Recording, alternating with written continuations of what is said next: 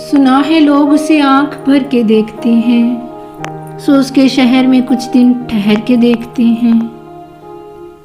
सुना है रब्त है उसको खराब हालों से, सो अपने आप को बर्बाद करके देखते हैं। सुना है दर्द की गाख है चश्मे नाज उसकी, सो हम भी उसकी गली से गुजर के देखते हैं।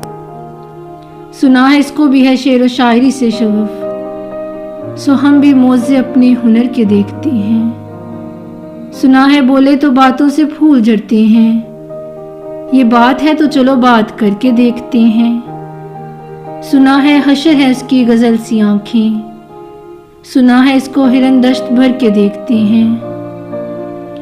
सुना है दिन को उसे तितलियां सताती हैं, सुना है रात को इसको जुगनू ठहर के देखते हैं। सुना है इसकी स्याह चश्मगी की आमद है, सो उसको सुरमा फरोश आह भर के देखते हैं। सुना है इसके लबों से गुलाब जलते हैं, सो हम बहार पे इल्जाम धर के देखते हैं। सुना है इसके बदन की तराश ऐसे है कि फूल अपनी कबाएं कुतर के देखते हैं। सुना है इसके शिबिस्ता से मुतसल है बहिश्त, मकी इधर के भी जलवे उधर के देखते हैं। रुके तो गर्दिशें इसका तवाफ करती हैं, चले तो इसको ज़माने ठहर के देखते हैं। कहानियाँ ही सही सब मुबालगे ही सही, अगर वो ख्वाब है तो ताबीर करके देखते हैं।